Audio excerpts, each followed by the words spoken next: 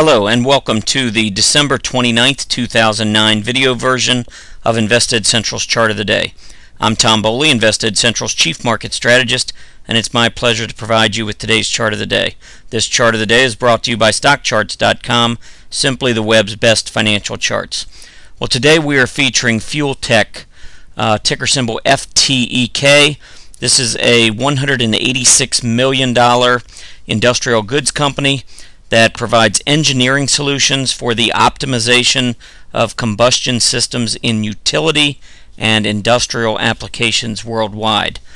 FTEK, you can see here over the last couple of months, has been on a straight trip southbound.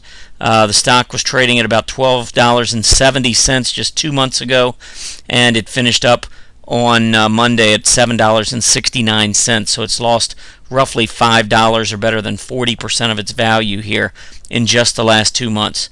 So you look at a stock like this and you say, well, why would you want to consider jumping in? Isn't this a falling knife? Well, it is a falling knife. The stock has been clearly on the decline here over the last couple of months while the market's been going higher.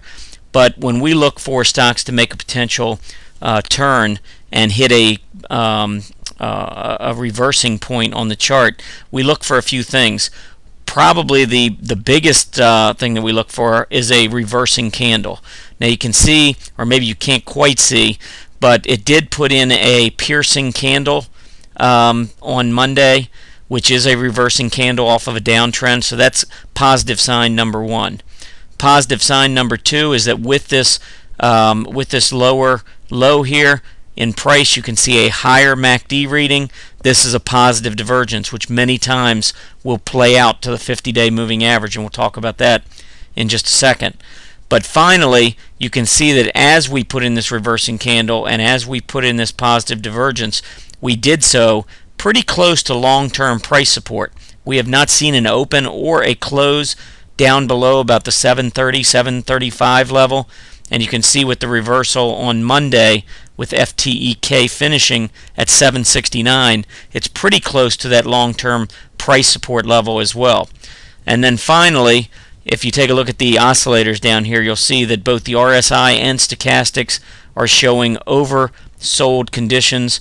So it's always nice to have confirming oscillators where both are showing, in this case, oversold conditions. So again, we've got the positive divergence, we've got the reversing candle, we're close to price support, we're very oversold.